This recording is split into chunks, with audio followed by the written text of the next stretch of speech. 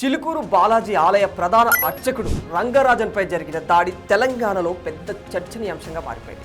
రాజకీయాలకు అతీతంగా పలువురు నేతలు రంగరాజన్పై జరిగిన దాడిని తీవ్రంగా ఖండిస్తున్నారు.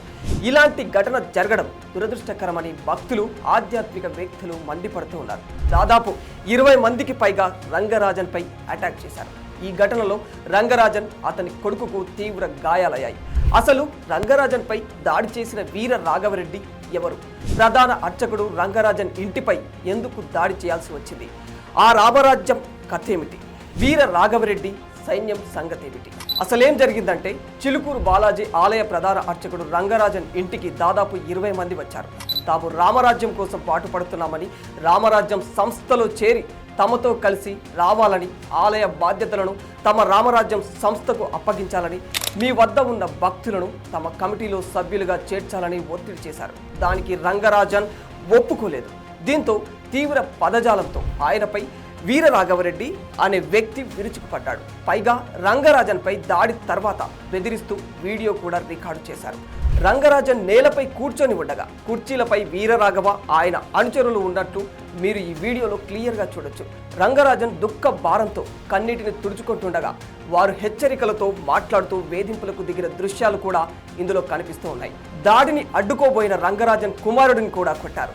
తాము ఈక్ష్వాకు వంశస్థులమని, ఆలయ పరిధిలో ఈ గోత్రం ఉన్న వారిని, శాస్త్రం నేర్చే వారిని ఎందుకు గుర్తించడం లేదని రంగరాజన్ను ప్రశ్నించారు. ఊరికే కోర్టుల్లో కేసులు వేస్తే ఏం లాభమని, తాము చెప్పినట్టు వినాలని బెదిరించారు. ఉగాది వరకు టైం ఇస్తున్నామని, రామరాజ్య స్థాపనకు సహకరించకపోతే తాము రామని, వచ్చేవారు వచ్చి పని చేసుకు వెళ్తారని హెచ్చరికలు చేశారు. చెప్పింది వింటూ నేర్చుకో. ఇలా చూడు, అవకాశం ఇస్తున్నా, ఉగాది వరకు సమయం ఇస్తున్నా నీకు. రామరాజ్ ఉన్నంత పక్కన పెట్టు, రామరాజ్య స్థాపన కోసం పనిచేయి. ఆ తర్వాత లేదా ఎవరో కాపాడతారు, ఎవరో చేస్తారు, రిట్ పిటిషన్లు, ఎస్ఎల్పీలు వేస్ట్. ఈ సంఘటనకు సంబంధించి రంగరాజన్ తండ్రి సౌందరరాజన్ పోలీసులకు ఫిర్యాదు చేయడంతో అసలు విషయం వెలుగులోకి వచ్చింది. దీంతో రంగంలోకి దిగిన మొహినాబాద్ పోలీసులు వీరరాఘవరెడ్డి, అతని అనుచరులను కలిపి మొత్తం 6గురిని అదుపులోకి తీసుకున్నారు. 17 మందిని ఇందులో గుర్తించారు. అసలు ఎవరు ఈ వీరరాఘవరెడ్డి? ఆయన సైన్యం కథేమిటి? ఆయన సమస్య ఏమిటి? తూర్పు గోదావరి జిల్లా అనవర్తి మండలం కొప్పవరం గ్రామానికి చెందిన కొవ్వూరి వీర రాఘవరెడ్డి అనే వ్యక్తి రామరాజ్యం పేరుతో ప్రైవేటు సైన్యం నడిపిస్తూ ఉన్నాడు. దేశంలో రామరాజ్యం ఏర్పాటు కావాలని ఇతడు ప్రచారం చేస్తూ ఉంటాడు. 10వ తరగతి పాస్ అయినా లేదా ఫెయిల్ అయిన యువకులను తన సైన్యంలో రిక్రూట్మెంట్ చేసుకుంటూ ఉంటాడు. ఇతని సైన్యంలో చేరాలంటే కొన్ని నియమ నిబంధనలు కూడా పెట్టాడు. అవేంటంటే 5 కిలోమీటర్లు నడిచే సామర్థ్యం, 2 కిలోమీటర్లు పరిగెత్తే దమ్ము ఉండాలి. వయసు విషయానికి వస్తే 20 నుంచి 50 ఏళ్ల మధ్యన ఉండాలి. ఒక్కొక్కరికి 20,000 జీతం ఇస్తాడంట. అదేవిధంగా తమ సంస్థలో చేరిన వారు నల్లని యూనిఫామ్ ధరించాలనే నియమం కూడా ఇందులో ఉంటుంది. వాస్తవానికి రామరాజ్యం అనేది ఒక సైన్యమని వీర రాఘవరెడ్డిని స్వయంగా చాలా ఓపెన్గా చాలాసార్లు చెప్పాడు.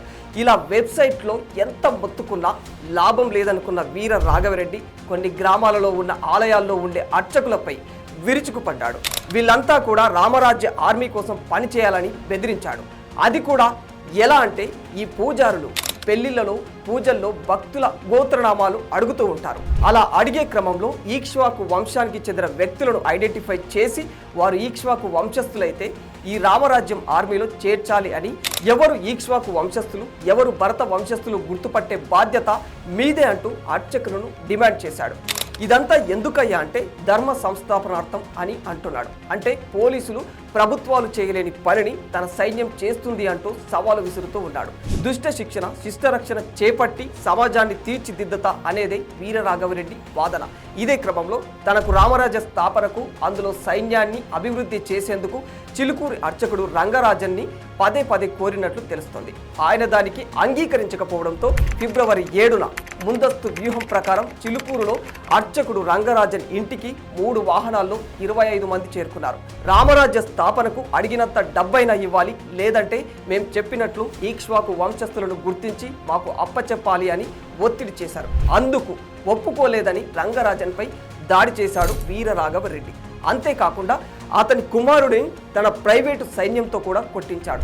ఇది మాత్రమే కాకుండా ఇలాంటి అరాచకాలు గతంలో కూడా ఈయన చాలానే చేసినట్లు తెలుస్తుంది. అమాయకపు యువతను తన సైన్యంలో చేర్చుకుంటూ వాళ్ళతో ఇలాంటి దౌర్జన్యాలు చేయిస్తున్నట్లు ఆరోపణలు వస్తూ ఉన్నాయి. అందుకు సంబంధించి 2015లో హైదరాబాద్ హ్యాబిట్స్లోని వీర రాఘవరెడ్డిపై దాడి కేసు కూడా నమోదయ్యింది. ఇక ఇది ఒక వ్యక్తిపై జరిగిన దాడి కాదని, హిందూ ధర్మ రక్షణపై జరిగిన దాడిగా హిందూ సంఘాలు ఆగ్రహం వ్యక్తం చేస్తున్నాయి. ఇది ఎవరు చేసినా, ఏ పేరుతో చేసినా ఉపేక్షించకూడదు. దైవ సేవలో నిమగ్నమయ్యే రంగరాజన్ కుటుంబ పరిస్థితి ఈ విధంగా ఉంటే సాధారణ పౌరుల పరిస్థితి ఏంటి?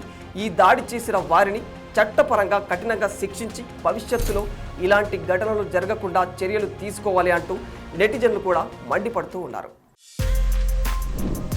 For more videos like this, subscribe Big TV channel.